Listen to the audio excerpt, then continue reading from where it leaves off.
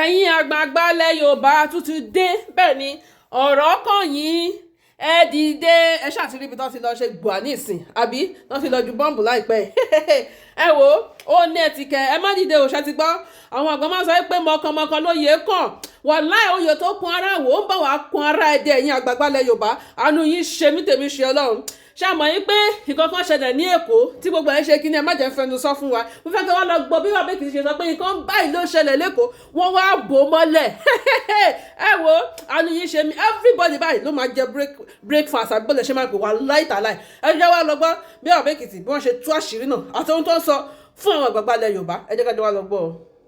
torí àwọn bàbá wa ní gbọmọgbọmọ là ń rọ́fà adití ṣùgbọ́n tí mo wá fún láṣàálẹ̀ yìí ni pé ẹ̀yin alágbára ilẹ̀ Yorùbá by tulas by force ẹ gbẹ́dọ̀ wake up lójú oorun the governor the senators the rep all the Yorùbá leaders this year 2026 you must wake up torí ikú ń jọ̀kẹ̀dẹ̀ ikú ń rèdí àwọn àgbájọ wọn àná wọn ní ikú ò mọ̀ pé n tó dùn ní pa ni ewu ń bẹ lóko lóńgẹ́ o lóńgẹ́ fún ara rẹ̀ ewu ni o ẹ jẹ́ ká jọ kíyè sára o ẹ̀yin alágbára kò kàn mí tẹ́ ẹ ṣe lọ́dún tó kọjá ìwà ọ̀dájú tẹ́ ẹ wù lọ́dún tó kọjá ẹ kó pamọ́ o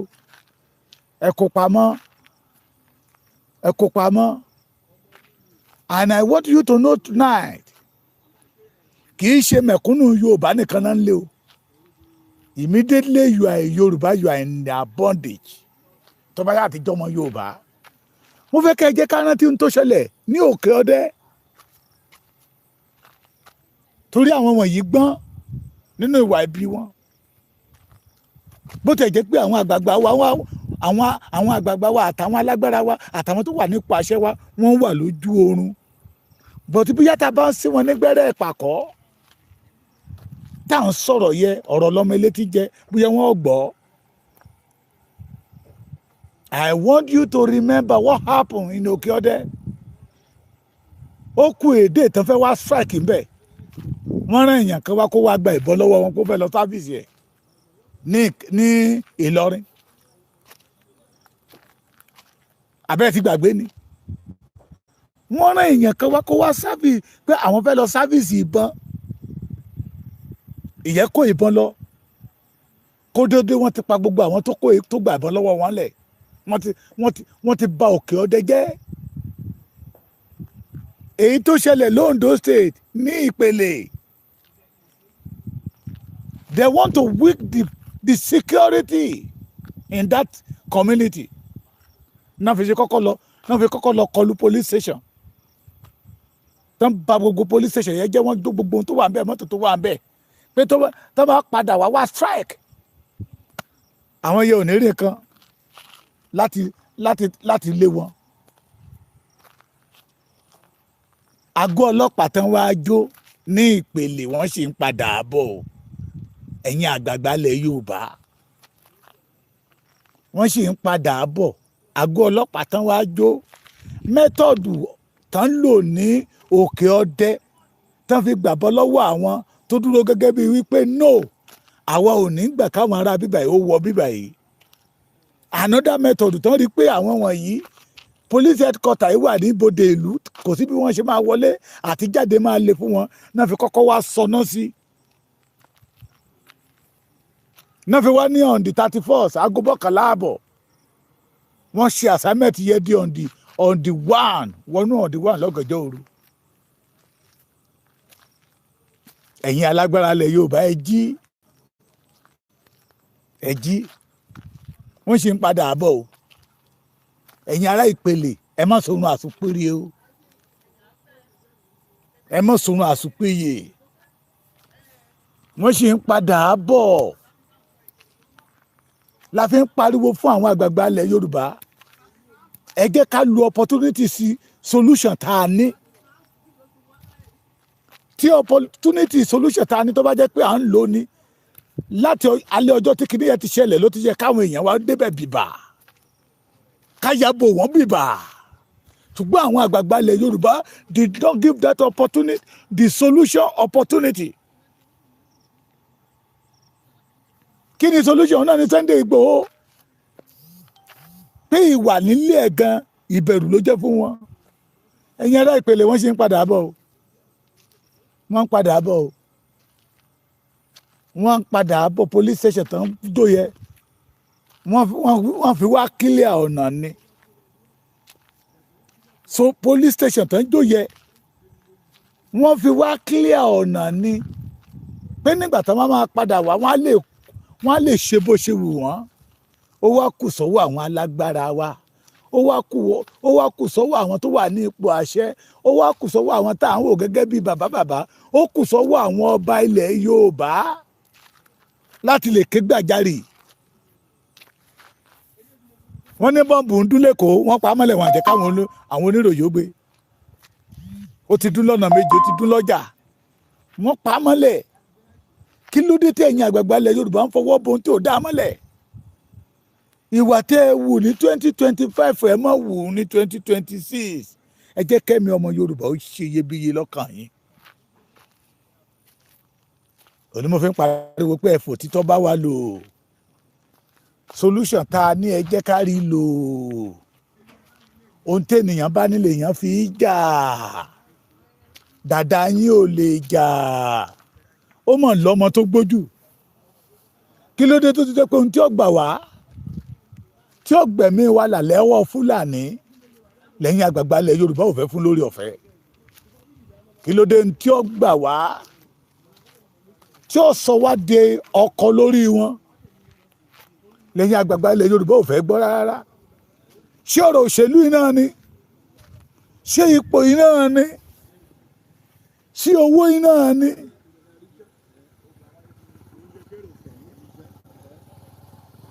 Ló mú yín ta ìran yín nítorí ọ̀nkọ́bọ̀ káàkiri.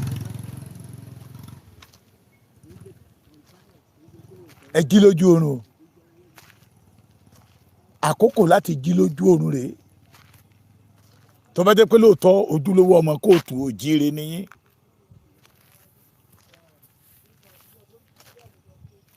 A ní bí wọ́n ṣe ń lé wọn ní Sókótó ní Kánò pé ọ̀dọ̀ wa náà sá wá. Ṣé kò rí bẹ́ẹ̀ ni? Ondo State yẹn náà ní àwọn Àmọ̀tẹ́kùn ti mú 39. Ọjọ́ kẹta tán náà mú 39 wọ́n ya wá sí Ìpele. Wọ́n ní wọn àǹdẹ̀ tí ì dé, wọ́n wá clear road ni ló fi jẹ́ police station náà kọlù. Wọn àǹtí ì dé, wọ́n wá clear road ni police headquarter, divisionary headquarter. Ìyẹn ni pé wọ́n mọ̀ pé kì í ṣe police station ẹgẹ́ wọ́n wá clear road ni. Ṣé ó dìgbà tó bá tún dé again tàbí gbogbo wa bá tún kẹ́yìn sí tàbí ẹran àsún? Kẹ́yìn àgbààgbà ilẹ̀ Yorùbá tó mọ̀ pé nǹkan ń ṣe wá nílẹ̀ Yorùbá. Wọ́n ní àná again ṣé ọjà náà tún tó ní Ìkọ̀tún? Show that they mean the Yorùbás but our leaders. Ọlọ́run, níbo làwọn leader wa ti rí ẹ̀mí ọ̀dájú tí nǹkan máa ń ṣẹlẹ̀ níbi tán jẹ́ oyè lé lórí tí wọ́n dẹ̀ ṣe bíi pé wọn ò rí? Kí ló dé tẹ́ ń fojú pòjó ìran Kootu Oojire? Kí ló dé tẹ́ ẹ gbáradì láti gba ìran yín là?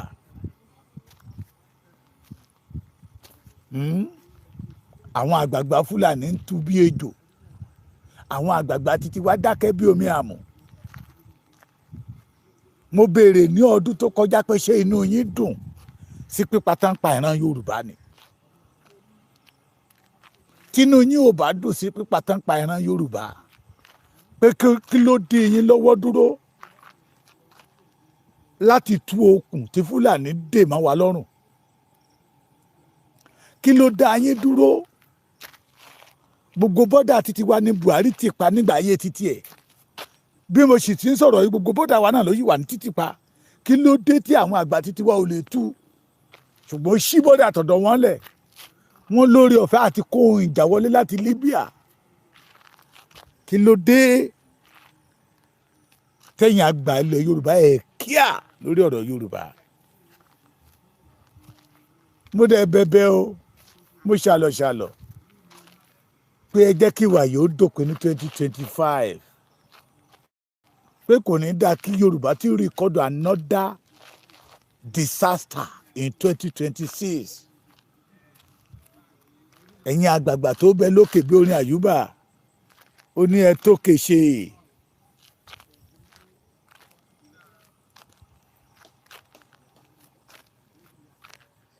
láti ọ̀dì 31st today is 2nd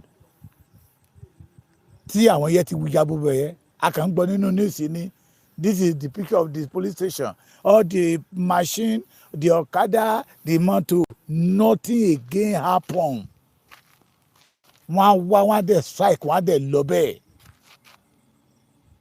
ṣé ká sọ wípé èdè tàbí ẹ̀fún wọn tàbí àṣàsí wọn ló yìí ń ṣiṣẹ́ lára àwọn àgbààgbà ilẹ̀ Yorùbá àwọn ọmọ tó gbójúgbóyà tó lè lé wọn Buhari ti gbé embargo lé wọn lórí.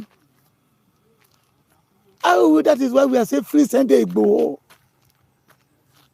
Torí a mọ̀ pé àwọn tó ń bá wa fà yìí ẹranko ayé àtọ̀run ni wọ́n di Fúlàní. Wọ́n dẹ̀ ti sọ fún wa pé lóòótọ́ ẹranko làwọn o àwa ni koríko tí wọ́n ń jẹ. Ṣé ọ̀rọ̀ tí wàá sọ̀rọ̀ ẹ̀ kí ẹ̀yin àgbààgbà ilẹ̀ Yorùbá kẹ́ ẹ dìde dàda yín ò lè jà ṣùgbọ́n ẹ ní àwọn ọmọ tó gbójú that can do it. Allow us to secure our land. We are ready to fight for our land. Don't allow Fulani to finish yours. Ṣé ó dìgbà tó bá pa wá takẹ́ tó mọ̀ pé ẹ ní láti dìde? Ẹ má jẹ́ kó fi òṣèlú bò yín mọ́lẹ̀ mọ́. Ẹ má torí ipò òṣèlú kẹ́ka ìran yín ní ọ̀pọ̀ fún Fúlàní. A rí ọmọ ọba tó dẹrú rí o. A dẹ̀ ti rí ọmọ ìwọ̀fà tó dọlọ́rọ̀. Kí là ń jẹ láyé yìí tí kì í tán? Bẹ́ẹ̀ bá lẹ̀ fẹ́ fi ipò lẹ̀ ipò máa fi yín lẹ̀ lọ́jọ́ kan. Ṣùgbọ́n tẹ́ ẹ bá ṣe nígbà tẹ́ ẹ bá wà ní ipò. Ní ọmọ wà lórí orúkọ yín lọ láéláéláé. Tẹ́ ẹ bá tún jáde láyé àrọ́mọdọ́mọ yín ọmọ ìlú lọ ni.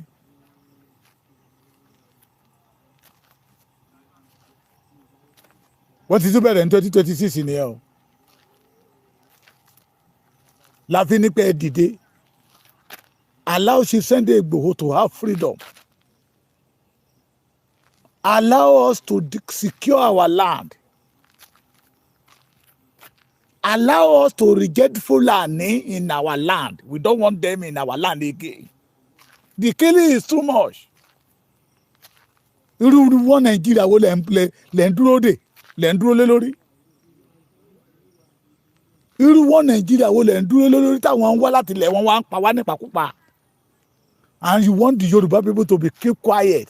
Ká dẹ̀ máa wòran. Torí ká má bàa gba ipò òṣèlú lọ́wọ́ àwọn bàbá wa àbí. Abba.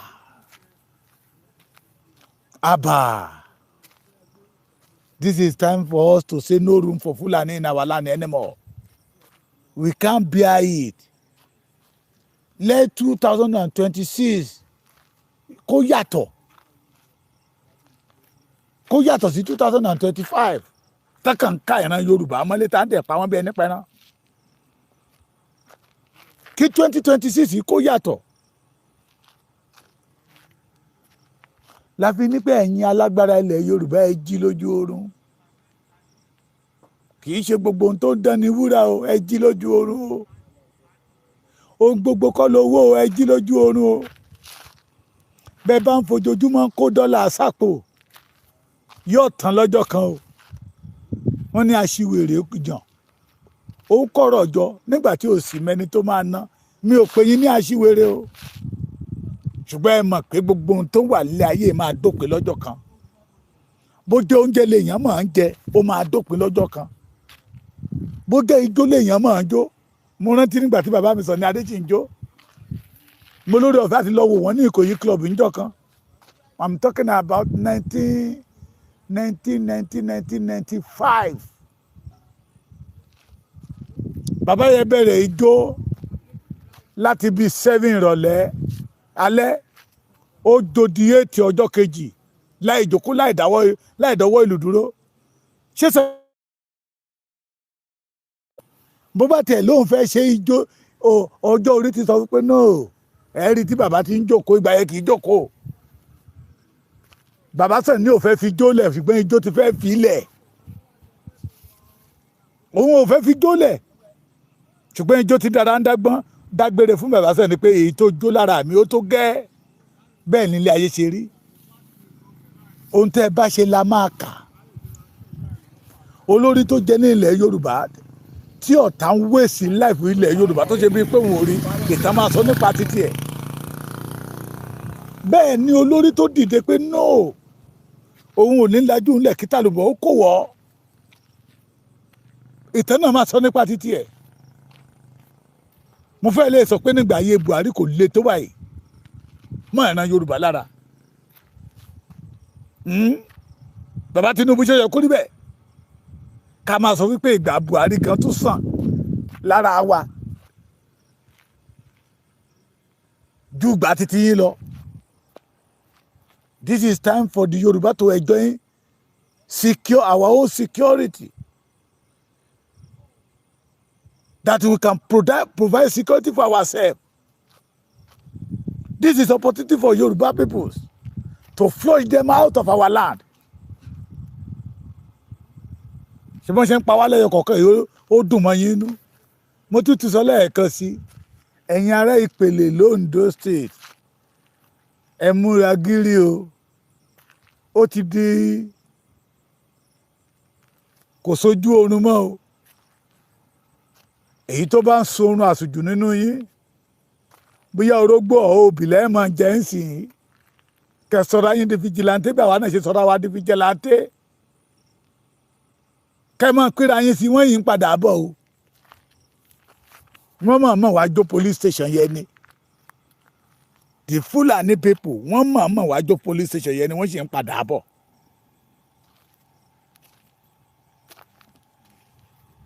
Wọ́n mọ̀ wá jó ni.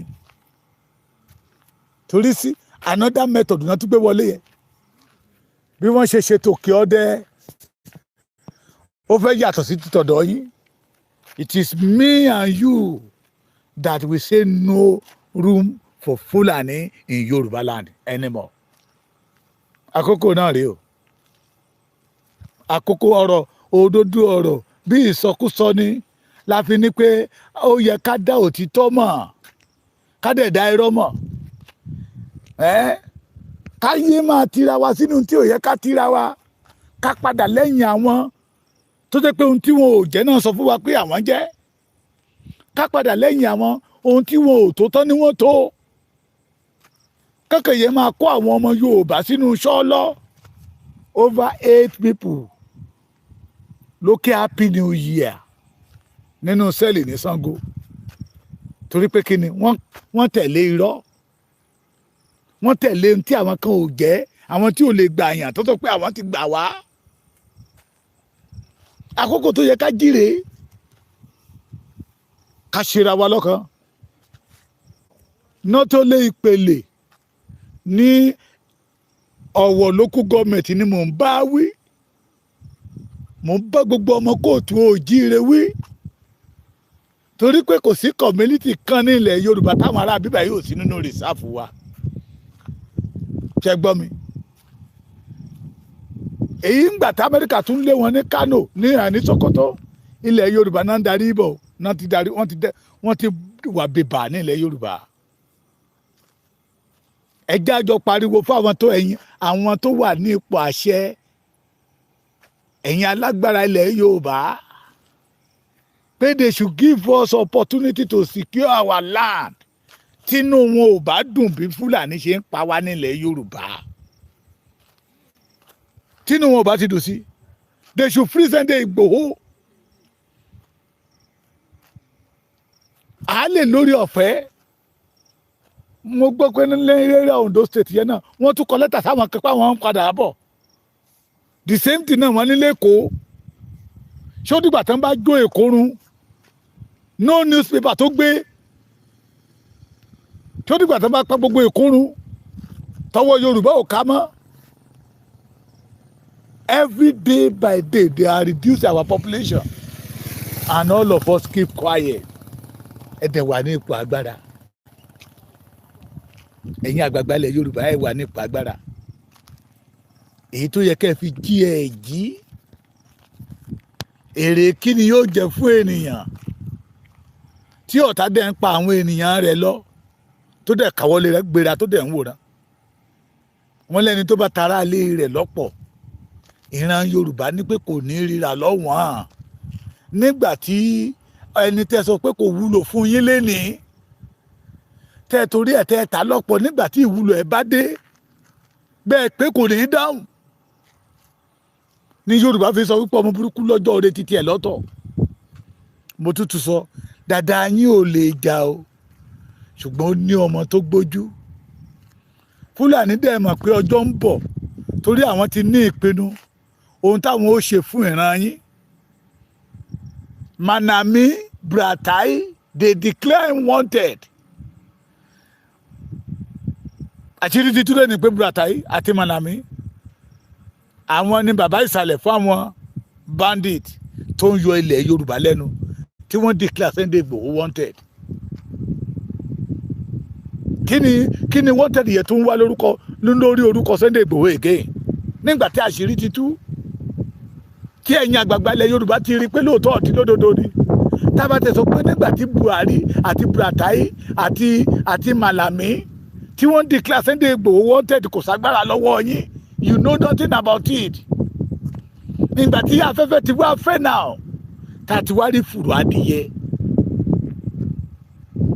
wọ́n wíìkì agbára ààbò titi yín ẹ̀dẹ̀dákẹ́dẹ̀ ń wòran nígbà tá àṣírí ti wá tú tẹ́tí wá rí pé Manami òun náà wà lára àwọn tó ń ṣe olùgbọ̀wọ́ fún àwọn agbésùmọ̀bí Buratai wà ń bẹ̀ Nuru Ribado national security of special adviser for Mr. President wọn lóun náà wà lára àwọn tí ń fìdí wọn wọ́n wíìkì agbára ilẹ̀ Yorùbá wọ́n wíìkì security ilẹ̀ Yorùbá tọ́ọ̀dọ̀ Yorùbá bá jáde mo ń wo kankan ní okun ní èní mo dẹ̀ bú sẹ́kún ní ọwọ́ ọ̀sán pé irú ayé wo ni Yorùbá wà ní okun àwọn ọmọ kú jáde síta pípé pátá ń pa wọn ó tó gẹ́ wọ́n protest pé enough is enough but they can't continue like this òkú gbẹ́dọ̀ débà pé àyè bá ní tán káfàní ní tán yá òpin gbẹ́dọ̀ ṣe kíni gbẹ́dọ̀ débà ọlọ́pàá dẹ̀ yan tí a gà sí wọn wọ́n yan tí a gà sí àwọn tó ń fẹ̀mí tó ń fi ìwúnú wọn hàn pé àwọn ò fẹ́ kúkú oró mọ́ lọ́wọ́ Fúlàní ọlọ́pàá dẹ̀ yan tí a gà sí wọn you are welcome my brother àgbàrá ìfokòtò eré ayé yóò ní fòyín ru nǹkan dùn mí ọyá ẹ ra sticker fún mi bẹ́ẹ̀ bùrọ̀ olùjọ̀hún ẹ ra sticker fún mi bẹ́ẹ̀ ẹ ra sticker wọ́n ti ní ká máa béèrè torí bó bá bí ń bá lórí ọ̀fẹ́ wọn máa jáde lẹ́ẹ̀mẹ́ta ní èdè àwọn tó sọ wípé enough is enough àwọn ò lè máa kú ikú ẹlẹ́yà mọ́ àwọn ọ̀dọ́ ìlú àtàwọn àgbààgbà ìlú ṣé ìyàgbà west ni wọ́n ti fẹ́ pa wọ́n tó ní ìyàgbà west wọ́n jáde síta wọ́n ṣe peaceful rally pé no ìjọba gbẹ́dọ̀ wá nǹkan kan ṣe sọ̀rọ̀ wọn àwọn ò lè máa kú lọ lọ́wọ́ àwọn ará bíbá yìí the only thing tí ìjọba lè ṣe sí ọ̀rọ̀ wọn náà ni pé ìjọba dá tí àgà bò wọ́n mo wá ní irú ayé wo leléyìí àwọn tó ń pààyàn gan ìjọba ò dá tí àgà bò wọ́n àwọn tó ń gbẹ̀mí ìran Yorùbá ìjọba ò dá tí àgà bò wọ́n this is time for us to wake up as a Yoruba people This is time for the Yorubas láti dá irọ́ mọ̀ yàtọ̀ sí òótọ́.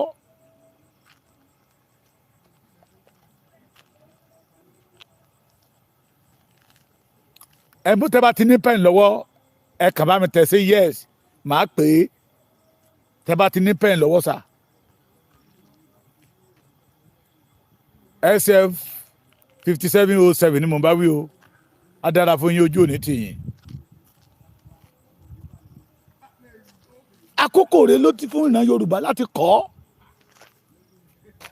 Àwọn gómìnà wa ọ̀rọ̀ òṣèlú náà ń bá kiri òṣèlú tí ò mú èrè wá sí àpò wọn ṣùgbọ́n ohun tí ò mú ààbò wá sí ilẹ̀ Yorùbá wọn ò ríro torí pé kò ní ó máa ná wọn lówó ni kò ní mú èrè wá sọ́dọ̀ wọn. And we did not ask for money. We are said that we are ready to secure our land. Ẹyẹ fàyè wa ṣòṣèlú pẹ̀lú àwọn Fúlàní ègè. Ẹ̀gbọ́n tí Galadima sọ ni we drag Buhari to politics because of Yorubas. Ṣé iṣẹ́ tán jẹ ṣé kò jẹ ni? Okay ma 080 64 99 32 62 080 64 99 32 62. Tẹ́ bá ti get ẹ mà ẹ jẹ́ kí n mọ̀. Can we continue like this? Can we continue like this? Àwọn gómìnà wa ní South West kán parapọ̀ pẹ̀lú àwọn senators pẹ̀lú àwọn rep all the House of Assembly, the minister, the commissioner, the ambassador. You can organize a security for the Yoruba race without the hand of federal government. Eré kí la jàmbẹ́ kùn ṣe. Ẹ̀yin àgbààgbà ilẹ̀ Yorùbá, ẹ̀yin kábíyèsí wa, eré kí la ẹ má tẹ̀já ká sọ̀rọ̀ lọ́rọ̀ àwọn kábíyèsí yẹn.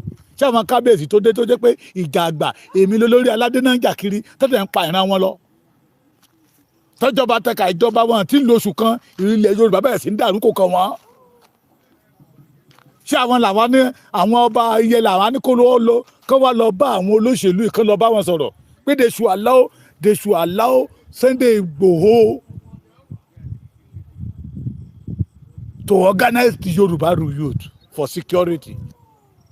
Mo ní láyé àtijọ́ ní ọ̀dọ̀ wa lẹ́kìtì lóńdó dé Ìjẹ̀ṣà land àwọn àgbà ló máa jí ọmọ wọn ní o ti sùn àsùn kí ló ṣe wọ́mọ yìí tó ń sùn àsùnpìyè báyìí kí ló dé tó ń sùn oorun àsùnpìyè báyìí wọ́n á jí wa ṣùgbọ́n ó ṣe lóde òní àwa ọmọ kéékèèké lókù tó ń jí àwọn àgbààgbà pé wọ́n ń sùn àsùnpìyè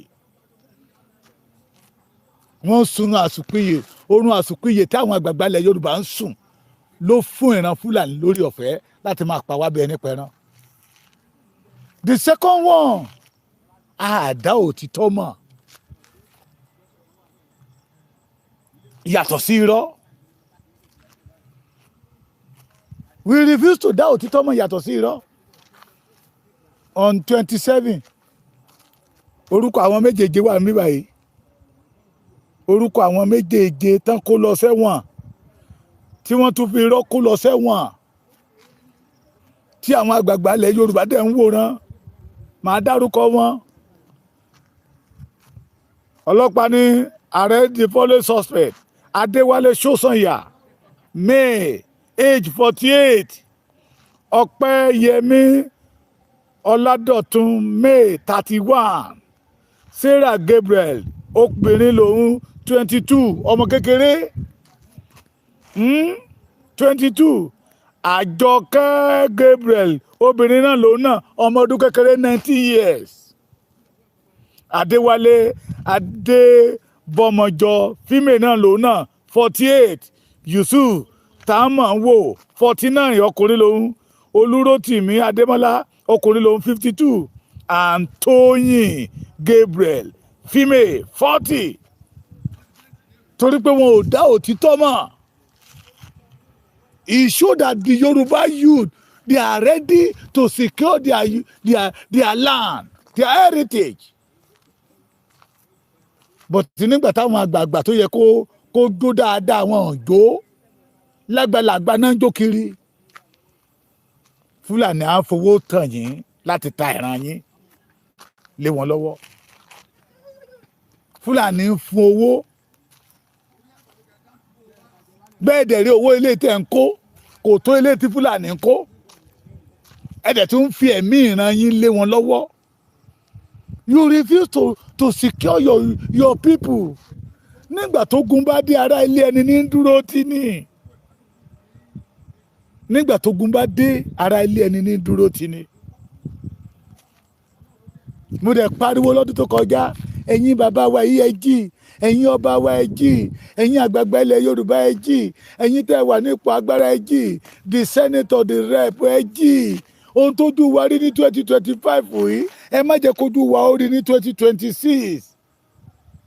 Ẹ wá wò pé ìyà tó ń jẹ àwọn ará bíbá yìí kò jẹ́ kí wọ́n ní brain mọ́. Wọ́n fi ń sọ̀rọ̀ bí ẹni tí ò gbọ́n. Ọ̀rọ̀ tá à ń sọ bí ẹni tí ò gbọ́n òun ló tún ṣẹlẹ̀ ní ìpele o. Ẹ má jà sàsùn para. Ẹ̀yin bàbá ẹ rántí ìrìn àjò tó rí abíyámá pé àkókò tó yẹ kí ìran Yorùbá ó dìde rèé. Ẹ bá wa bá bàbá Bọ́lá Ahmed Tinubu sọ̀rọ̀. We already have the solution. I will continue say it. The Yoruba have already have the solution to flush them out in Yoruba land. Solution náà wọ́n ti mọ̀ pé ọmọ tó ṣẹ́ wa ní spinal cord ní Ìbàràpá Ìgàngán yìí, ọmọ tí ò jẹ́ kí plan wọ́n ó ṣẹ ní Òkè Ògùn yìí, tá a bá máa fi ilẹ̀ yóò mọ̀ la àwọn tó kù lójú. Thank God wọn ò rí pa, ó là wá lójú. Wọn ò rí yẹn ṣe, but embargo tán gbélé lórí. Nígbà tójú ti wá là kedere tí afẹ́fẹ́ ti fẹ́, tẹ̀yìn àgbààgbà ilẹ̀ Yorùbá ti rí fùrọ̀ adìyẹ pé Malami, the former Attorney General, òun náà wà lára àwọn tó sponsor Boko Haram. Alábàjọ tó sọ wípé lára àwọn tó ṣe ìjọba lọ́wọ́ Boko Haram wà lọ́wọ́ London àwọn. Alábàjọ tó fi ní access sí àwọn sophisticated weapon, pé ohun èlò ìjà tó ń bẹ lọ́wọ́ wọn kò sí lọ́wọ́ Nàìjíríà mi. Pé Malami, Buratai, Nuru Ribado, o ṣebí ṣe ló yẹ káwa náà rólé títí wa lágbára. Kẹ́pẹ́ Sunday Igboho jókòó pé ààbò ilẹ̀ Yorùbá rèé, bí ikú ò ṣe nípa ọmọ Yorùbá. Ókè àwọn tó ti wà nínú bóyá lọ flush wọn out ń bẹ̀. Ṣùgbọ́n torí pé àwọn bàbá wa fẹ́ play politics. Ṣé bó ṣe ń lọ yìí, ó ti yẹ kẹ́yìn àgbààgbà yẹn mọ̀ pé kò sí ní tẹ́lẹ̀ ṣe fún Nàìjíríà mọ́. Ó yẹ kẹ́ ẹ lè mọ̀ pé Nàìjíríà gan òróró ròyìn. Ó yẹ kẹ́ ẹ mọ̀ pé ikú yín gan ni Nàìjíríà ń wá. Àwọn tó sọ fún yín pé you can't stop bandit. Àwọn tó sọ fún yín pé if you fight Boko Haram, you fight Almighty Allah.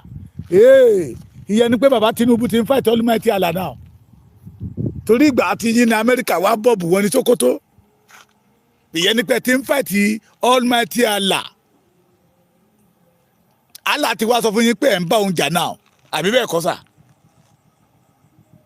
Wọ́n dẹ̀ ń halẹ̀ mọ́ yín. Ẹ dẹ̀ lórí ọ̀fẹ́ àti gbára yín lọ́wọ́ wọn. Mo ní dàda yín ò lè jà, ṣùgbọ́n lọ́mọ tó gbójú. Ẹ wá kọ́ ẹ wá fún ọmọ tó gbójú yẹ láàyè láti ṣiṣẹ́. Ẹ̀yin ará Ondo State, ọmọ Ondo State, olùgbé Ondo State, ojúlala kan fi mí ń ṣọ́rí o. Àwọn Yorùbá wípé àjẹ ìwẹ̀yìn ló bẹ lẹ́dẹ̀ jẹ́. Ajá kì í gbókè yín ẹ̀ ó yọ. Ṣùgbọ́n tí Yorùbá ò bá múra lọ́wọ́ tá a wà yìí, ajá máa gbó, eyín ẹ̀dẹ̀ máa yọ. Ẹ̀yin tèmi lórí lẹ́kìtì. Gbà tí ń ṣe ẹ jẹ́ ká túbọ̀ múra sí o.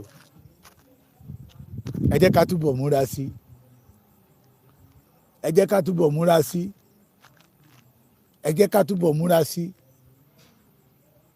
ẹ jẹ́ ká túbọ̀ múra sí ẹ̀yin tọ̀ṣun ẹ jẹ́ àtúbọ̀ múra sí ẹ̀yin ti Kwara ẹ̀yin gómìnà ẹ má tètè ọdún tó kọjá wọn tàn yín náà fẹ́ ráyè wọnú yín lọ mo dẹ̀ ń jí sí àwọn ọmọ ìgbómìnà tó sọ fún yín pé ẹ padà lẹ́yìn ẹni tó pera rẹ̀ rí jẹ́ president general ìmáàmù Fúlàní ẹ padà lẹ́yìn ẹ̀ ṣùgbọ́n ẹ̀kẹ́ tí ikún ẹ̀ gbọ́ ẹ̀yin náà rí outcome of the result 2026 yìí ẹ má jẹ́ ká gbàrú ẹ̀ láàyè 2026 yìí ẹ má jẹ́ ká gba irọ́ láàyè 2026 yìí ojú orí lalákan fi mí sọ́rí ni ká jẹ́ ká fi ṣe